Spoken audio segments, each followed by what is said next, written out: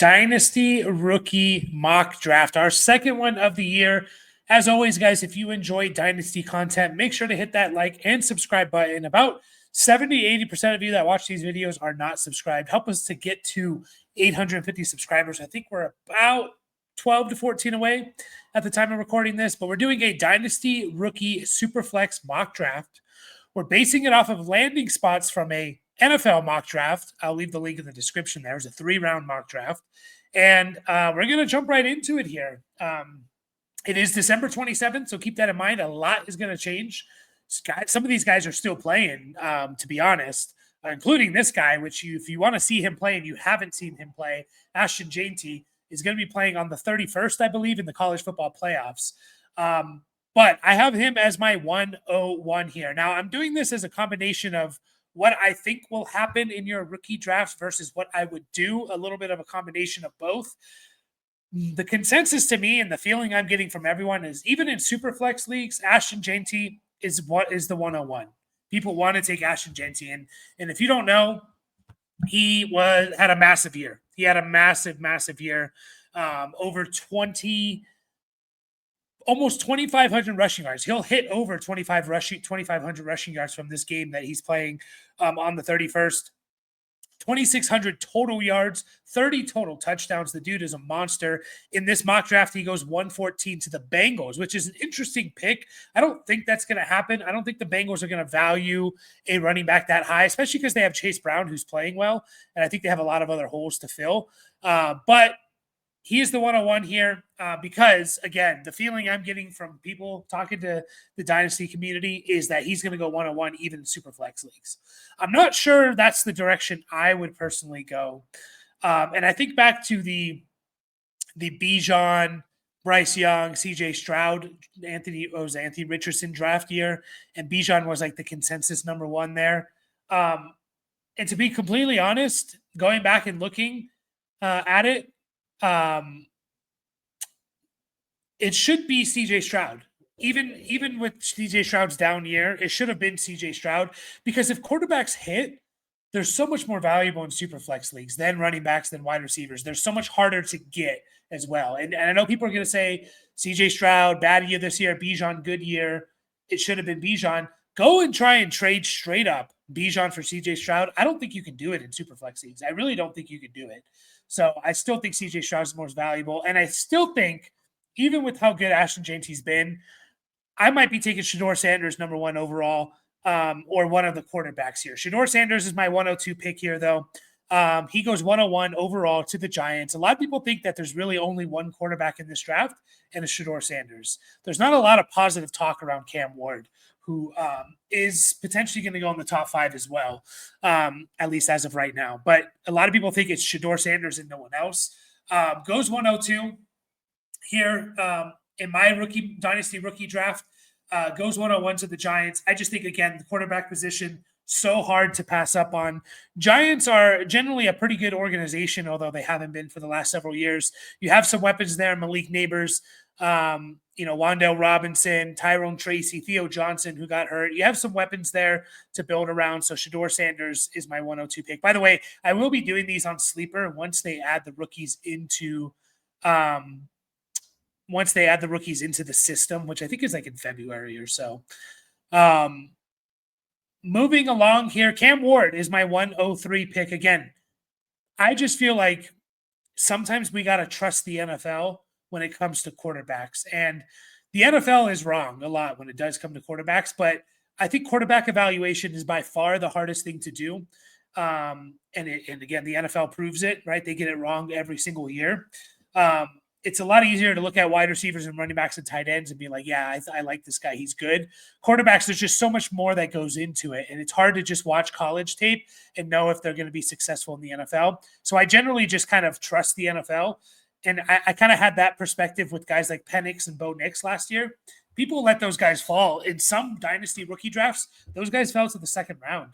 And I was the one saying, like, look, these are quarterbacks going in the top 12 and the top 10. They need to be taken. And it looks like it's going to pay off with Bo Nix. Potentially going to pay off with Michael Penix. But Cam Ward for me here is the 103. It goes to the Titans at the 104. which is an interesting spot there. You got guys like Calvin Ridley, Tony Pollard, Chigakonkwo. You got some weapons there. They also add some weapons in this mock draft as well. So we'll get to that. But I'll take Cam Ward here. I think he has the arm talent to be an NFL quarterback. It's just, does he have everything else, right? Does he have everything else that surrounds him? I don't know. I just don't know. It's so hard to evaluate. I will be evaluating these guys and looking at more film, but to me, he needs to be a little bit more consistent. But if they're taking him at the 104, that means they believe they can develop him. At the 104 in my Dynasty rookie draft, again, this is a Dynasty Superflex draft here. Tet McMillan is my 104 here. He goes 105 to the Browns. Tet McMillan seems to be separating himself as the number one receiver in this draft. I think going into the year, it was between him and Luther Burton out of Missouri. And Luther Burton's still going to go probably in the first round. But Tet McMillan seems to be special type of prospect, top 5 potential here. He's more of a traditional old school receiver, 6'5", 210, put up over 1,300 yards and 8 touchdowns at Arizona. So I have him here. I think there's an argument, honestly, that he is going to be the most valuable.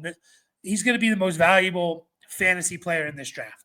It wouldn't shock me if we look back in 2 years, 3 years and say, hey, Tet McMillan was the best thing to come from this draft, because I'm not 100% sure on the quarterbacks. Running backs, although I love JT, they could just be so hit or miss and so volatile, right? Look at Bijan after year one and stuff. You look at Breece Hall, has been kind of a disappointment. So there's a chance we look back and Tet McMillan is the best player from here. Again, goes 105 to the Browns. The Browns do add a quarterback, by the way, later in this draft. So that is good to see. But even if they don't, you play with whoever they bring in. I don't know who's it going to be, but I like Tet McMillan. I think he's a special talent here. And then 105 here, I have a decision to make between the 105 and the 106. And I think how this would go. So we have Abuka and Luther Burton going 105 and 106. How they fall in the draft is Luther Burton goes 15th overall to the Cowboys, and Abuka goes 22nd overall to the Broncos. I think Luther Burton is the better player talent-wise. But I think if this is how it would play out in your Dynasty rookie drafts, I think people are taking Abuka over Luther Burton because they think, well, Abuka can be the number one for the Broncos versus Luther Burton is for sure the number 2 behind CeeDee Lamb for the Cowboys. I just think that's how it's going to play out psychologically. Is that the right decision to make? No, I generally just take who I think is the better player. Sometimes I do weigh landing spot into things, but when they're this close, and the wide receiver 2 for a team can still feast. You can still have very good numbers as a wide receiver 2 for a team. So I would lean Luther Burton, but I think it would go Abuka going 22nd overall to the Denver Broncos. We don't know where Cortland Sutton's going to be this coming year. Bo Nix played well to where I think you feel confident in him producing a number 1 receiver. He's doing it with Sutton, right? So I think Abuka potentially comes in there year 1, and he is the number 1 receiver for the Broncos. Good talent, by the way, Abuka. I like him. Not to say just because I would take Luther Burton over him doesn't mean I would take I don't like Abuka. I do like him, and he played well in this last college football playoff game, and he'll be playing later in the season. Luther Burton is up next here, goes 15th overall to the Cowboys. Again, people had him and Tet McMillan as 1-2. Some people had Luther Burton as a Heisman candidate. Super low numbers. I think it was more the offensive change. When you look at the raw numbers here, don't fall into the trap, guys, of just looking at raw numbers to evaluate people. Look at film, look at analytics, look at percentage, like what percentage of their team's passing offense did they account for? Because sometimes in college you get teams who just don't pass a lot. Luther Burton in 2023 had 86 catches, 1,200 yards, and 9 touchdowns. In 2024, this last year, he had 61 catches, 676 yards, and 6 touchdowns. Those numbers look very, very disappointing. But then you look at it and you say, oh, hey, Missouri as a team only threw for 2,639 yards, right? That's all they threw for was 2,600, basically 2,600, 2,700, 2,600 yards, right? And so you look at it and say, wow, Luther Burton accounted for 26% of his team's passing yards and 50% of his team's passing touchdowns. They only threw 12 passing touchdowns. You compare that with 2023, where they threw for 3,400 and 23 touchdowns, right? So it's like, percentage-wise, Luther Burton was still putting up very similar type of numbers here. It's just their offense changed in Missouri. It just wasn't very good. I still think all that talent for Luther Burton is there. And I think he's a very, very good player. A little bit more of the new school wide receiver mold here. Smaller, faster wide receiver versus Ted McMillan, who's kind of the bigger, stronger guy. At the 107, I have there's a couple directions you could go here. I'm dipping into the second round of this mock draft. There's still two tight ends that went in the first round, which we'll get to in just a little bit. But Jaylen Mio, I'm dipping into the second round. I'm even bypassing another receiver that went before Mio, and I'm taking Mio here at the 107. Again, in a Dynasty Superflex rookie draft. Mio is the one quarterback of these top tier guys. I think Milroe's kind of in a tier by himself in that tier too. But of these like top 5 to 7 quarterbacks, Milroe is the one cheat code potentially at the position. Jaylen Mio rushed for over 700 yards this last year and 20 touchdowns. Shedeur Sanders and Cam Ward, although I do think they can give you more rushing production than what they provided in college. I don't think they're going to be the cheat code where, what I mean by cheat code is, can they rush for like 600 to 700 yards or more? And can they rush for like several touchdowns consistently, 5, 6, 7 or more touchdowns consistently every year? I think Milroe is that guy. And for fantasy, we value that more. That's just how it works in fantasy. So I bumped Milroe up because of that. He gets pretty good draft capital. He's a very early second round pick, fourth pick of the second round. And he goes to the Browns in a situation where maybe he wins that job outright, or he at least is going to get a chance probably by the mid to the end of the season in 2025. So I boost him up a bit because for fantasy, as soon as Jaylen Mio steps in there, he's valuable because he can rush. At the 108, I put Omario Hampton here. Going back again, skipping over a couple tight ends that went in the first round, skipping over a couple receivers that went above. One receiver that went above Omario Hampton, and I'm taking him here. He's a running back. He is, I think, consensus second best running back in this draft class. He put up really, really good numbers in college. And if Ashton Jani wasn't here, like, we would be super excited about Omario Hampton, in my opinion. He had 1,660 rushing yards, as well as 38 catches and 375 receiving yards. So over 2,000 total yards with 17 touchdowns. He could do it all. He goes to the Cowboys, and people are going to see that. They're going to see the Cowboys taking a running back early in the second round, and he's going to go shoot up dynasty rookie drafts. And honestly, I don't hate it. I think Omario Hampton's a very, very good player. Running backs are always going to get a bit of a bump because they're so hard to find. I think every dynasty team consistently needs running backs. And so I'm fine with them going here, or Omario Hampton going here. And I think he's a very talented player as well. I just think he's very, very talented. So Omario Hampton's my 108. At the 109, my first tight end here. Now, in tight end, this is a non-tight end premium dynasty rookie draft. In a tight end premium, I just can't justify taking tight ends over these other players, except unless you play in a heavy tight end premium league. If you just play in a no tight end premium league, tight ends just generally are not valuable. It's like the top 2 or 3 guys. That being said, and I'm trying to think of this psychologically from everyone else playing in your league, we're going to look at guys like Sam Laporta and Brock Bowers and be like, hey, rookie tight ends are all the rave now, right? Like, we want rookie tight ends.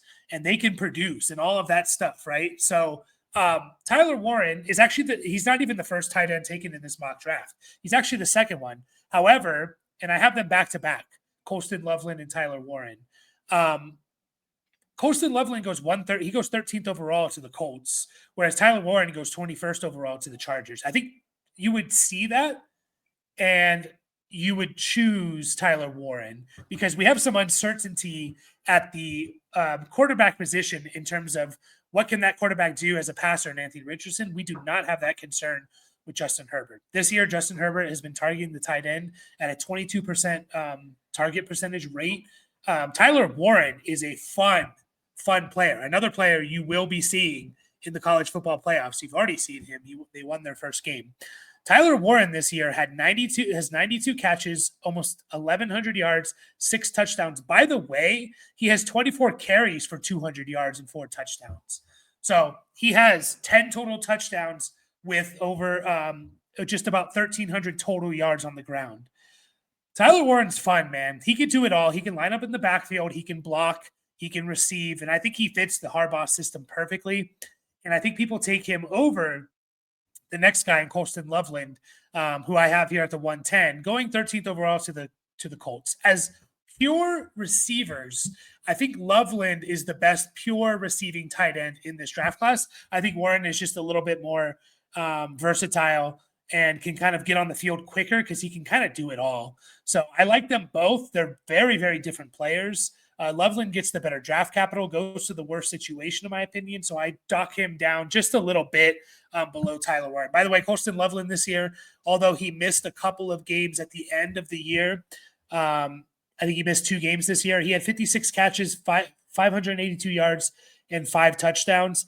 I know that doesn't sound impressive, except when you look at the passing stats for Michigan. Michigan threw for 600 yards. Colston Loveland, even though he missed 2 games, accounted for 580 of those 1,600 yards. Michigan threw for 11 touchdowns. Colston Loveland, although he missed 2 games, had 5 of those 11 touchdowns. So super high percentage of their team's passing offense, and he's a very, very good player. Oly Gordon is up next here, going 111. Now, again, we're at the point in the draft, and I stress this to everyone.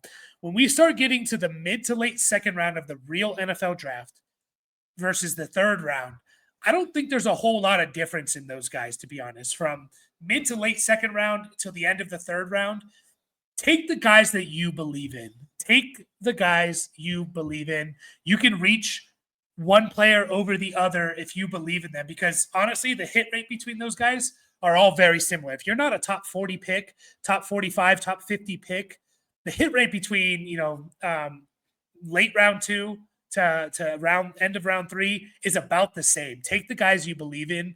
I'm going Oly Gordon the third here, and Oly Gordon's an interesting one because I think heading into this 2024 season, he was the clear-cut number 1 running back, and he had a massive, massive year in 2023. He had 2,000 total yards with 22 touchdowns. He was Ashton Jani before Ashton Jani. He could catch, he could run, he was awesome. This year, he was a huge disappointment. Only less than 1,100 total yards and 14 touchdowns. His yards per attempt dropped by 1.5 yards. His yards per reception dropped by over 2 yards per reception. And so why is that? I think there's intrigue here. Like, the thing that made him the number 1 running back heading into the 2024 season, he still has those skills and he still put up that elite season. Goes to the Chargers here at the at the end of the second round. They're looking for a running back, and this could be their guy, the difference maker. So I think Oly Gordon here goes 111. At the 112, I put Quinn Ewers. Now, I'm not the biggest Quinn Ewers guy. I just think he's way too inconsistent.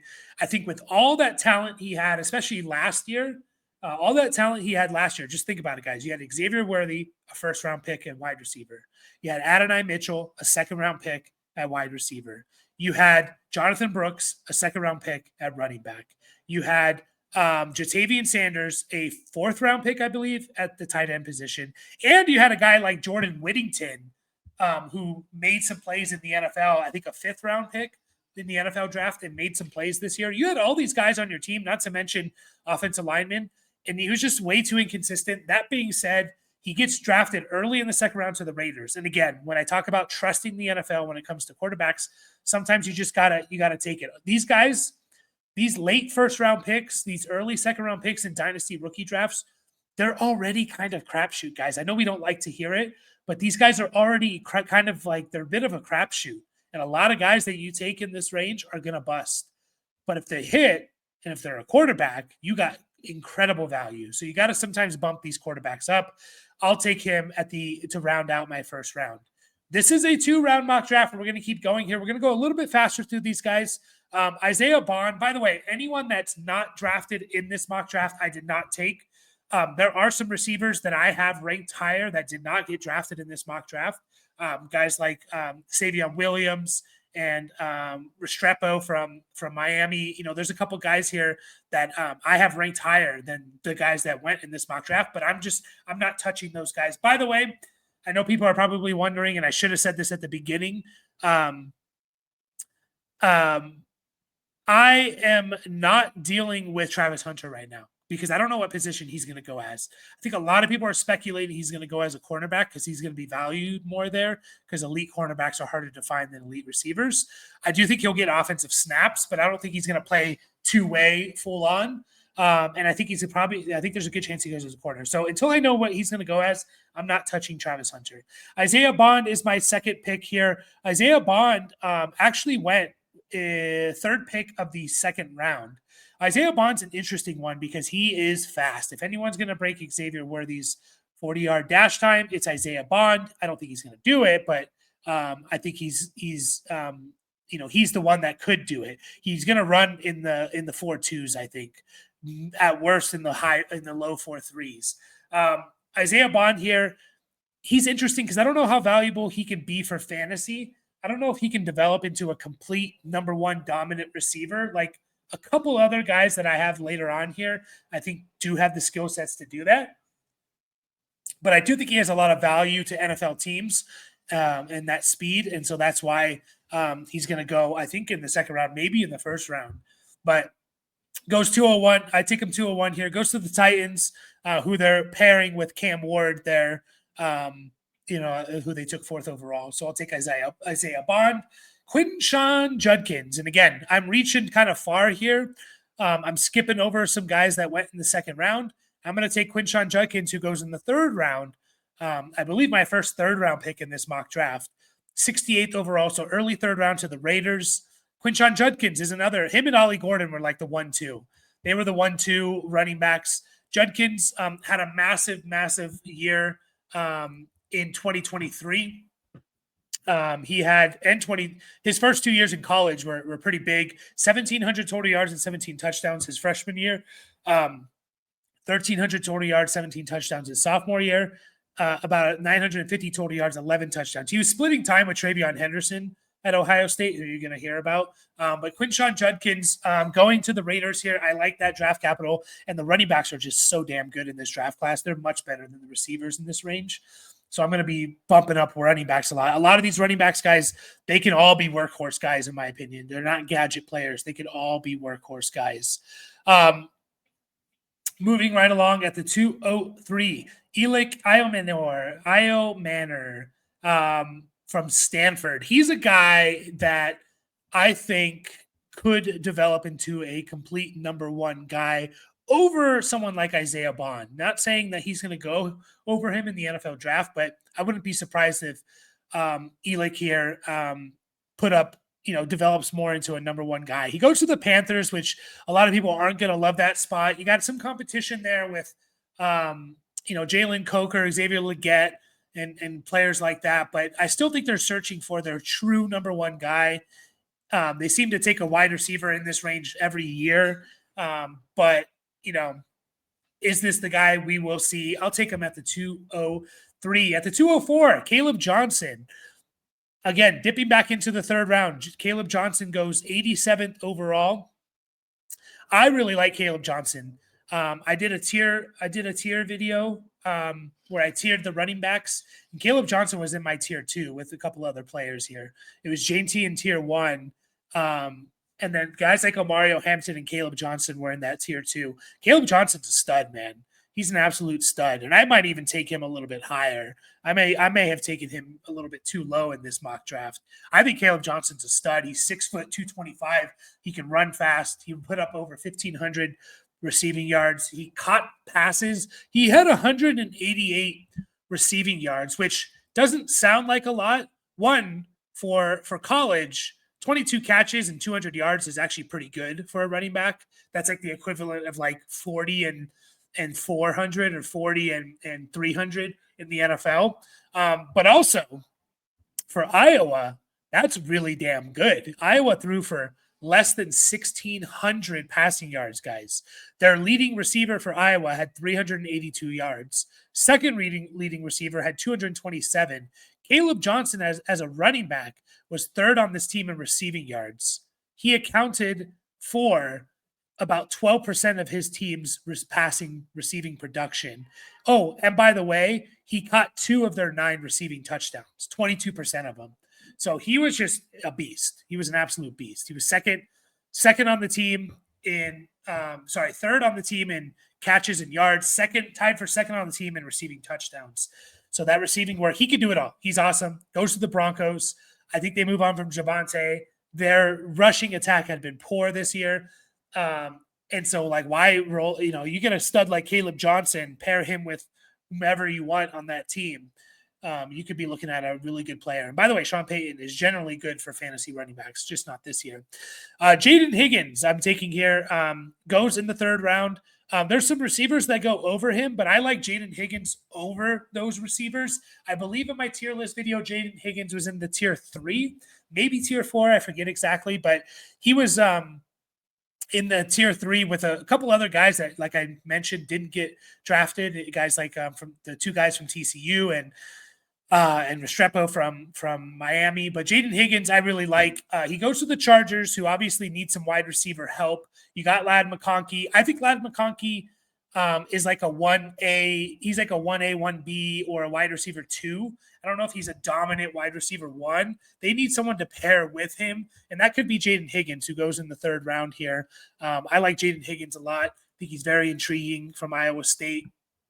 Had 90 catches, almost 1,200 yards, and 9 touchdowns. He has big size, 6'4", 215. So I really like Jaden Higgins here. Moving right along at the 206, Harold Fanon Jr. Go look at this guy's stats. Insane stats. They just played in their bowl game, by the way. And I think he had, wow, they just played in their bowl game. Guess what Harold Fanon Jr. had? 17 catches, 200 yards, and a touchdown. This guy is going to be interesting where he goes. Some people have him as their number 1 tight end. He's played at Bowling Green. The guy put up, listen to these numbers, guys, 117 yards, 1,555 yards, and 10 touchdowns. He led the nation. He led FBS Division I football in catches and yards this year as a tight end. He did this. He put up, Bowling Green threw for 3,128 yards. Harold Fanon Jr. put up 1,555 of those. Bowling Green completed 276 passes this year. The tight end here, Harold, had 117 of them. They threw for 20 touchdowns. Harold Fanon Jr. had 10 of them. Maybe I should be having him higher. I don't 100% know. I guess my only concern for him is that can he play the true tight end position in the NFL? Because he's smaller. He's 6'4", 230. And so he's listed as a tight end, but he's kind of a tweener, right? He's a guy like Chika Okonkwo, who's a very good receiving tight end, but he can't do all the stuff they need tight ends to do, so he doesn't get on the field as much. And you can't make that transition to receiver because you don't have the skill sets to be a receiver. The guy's insane, though, like production-wise, and I'm curious to see where he goes. In this draft, he goes to the Broncos. And that's an intriguing spot as well because he could be the number 2 option for that team, potentially number 1. So Harold Fanon Jr., man, is awesome. is absolutely awesome. Moving right along here, Trayon Henderson. Maybe I should have Trayon Henderson a little bit higher. He goes at the end of the third round. He's actually a comp pick for the Vikings. And I think that's the perfect spot for him. I believe Aaron Jones is under contract for one more year. But, Aaron Jones, a little bit, oh no, he's just a one-year contract. So he could go there and just be the guy, Trayon Henderson. And Trayon Henderson, once upon a time, was considered like one of the top backs in the nation. He had a good year. He was actually more efficient than Quincy Judkins, who went earlier. 800 yards on 118 carries, 8 touchdowns. He had 1,000 total yards, caught 23 passes. So he goes to Minnesota, a good offense, and I think he could do similar to what Aaron Jones has done. At the 208, next up, guys, I have 3 receivers that are all in the same tier for me. How do I approach that? When I tier out these guys and I have 3 guys all in the same tier for me, how do I approach that in terms of who do I take first? I look at the situation. I look at draft capital too, but all these guys were mid to late second or third round picks, these 3 guys. So I look at the situation in which they go into. And Jaylen Royals, to me, of these 3, has the best situation. I take him at the 208. He goes to the Commanders in the near the end of the third round, or kind of middle of the third round, I should say. Jaylen Royals is another fun player. This guy was super productive at Utah State. He's a guy that I think could sneak up my draft board a little bit. He put over in 2023, he had 1,000 yards and 15 touchdowns. This year, he only played in 7 games. He had 55 catches, 800 yards, and 6 touchdowns in basically half a season. A little bit more than half a season. So he was awesome. But I like his situation. He goes to the Commanders. He gets paired with Jaden Daniels, who's a stud. Terry McLaurin's there, but Terry McLaurin also is getting a little bit older. I think McLaurin's fine for the next couple of years, but he'll be 30 next year, McLaurin. So that's something to keep in mind. And so Jaylen Royals, with it, by the end of 2025 or in 2026, could take over as the top guy. Next up of these 3 that are in the same tier for me, Trey Harris of Ole Miss, going to the Buccaneers in the mid. So he actually, of these 3, had the best draft capital. He was a mid to late second round pick here. He goes to the Bucs. Now, if they move on from Godwin, or Godwin's just not ready or whatever, maybe I have him over Jaylen Royals. I do like Jaylen Royals a little bit better as a player, but they are in the same tier for me. But Trey Harris has a nice skill set, right? He's big and fast, right? I look at that situation and I think you got Mike Evans, you got Jalen McMillan coming on, and then you got Godwin. So it's a crowded receiving room, and even guys like Trey Palmer and stuff. But let's just say they move on from Godwin. Maybe I like this a little bit more. And then the last one here is Evan Stewart. Again, all these guys in the same tier for me. Evan Stewart from Oregon. He goes to the Raiders. That's the landing spot I like the least, is going to the Raiders. They do get a quarterback in this draft, Quinn Ewers, but I'm not a big Quinn Ewers fan either. So I just don't love that landing spot for him. Evan Stewart, pretty solid production at Oregon, but just don't love the landing spot. And then I'm going to wrap this up, guys, with 2 quarterbacks that went in the comp picks of the late in the third round. Carson Beck I put here, and I put the Dolphins, and that's incorrect. It should be the Steelers in this mock draft. I forgot to change it. Carson Beck goes 89th overall to the Steelers. So he goes, actually not even in the comp picks. He goes in the late third round to the Steelers. And Jackson Dart is the other quarterback here. There's only 2 other players in this mock draft that didn't get drafted. There's 2 tight ends. I'll value quarterbacks, and I'll take a chance on quarterbacks at the end of the second or third round over tight ends, just because, again, positional value. Carson Beck, I take over Jackson Dart because he goes to the Steelers, and I think the path for him being a starter is better. That being said, he just had Tommy John surgery. He might not even come out this year, by the way. There's a chance he doesn't come out, so keep that in mind. And then Jackson Dart, who has a lot of production. I just don't know if he has the NFL the qualities of an NFL quarterback to be, starting an NFL quarterback. But he goes to the Dolphins, pretty good situation, but that's Tua's job to lose. Tua's not going to, unless Tua gets injured, Tua's not going to lose that job. So that is the Dynasty Rookie mock draft. Make sure to like and subscribe to the channel if you like Dynasty content. You got scouting coming on. We got mock drafts coming on. We got Dynasty price checks and all of that. So appreciate you all, and I'll catch you guys all very, very soon.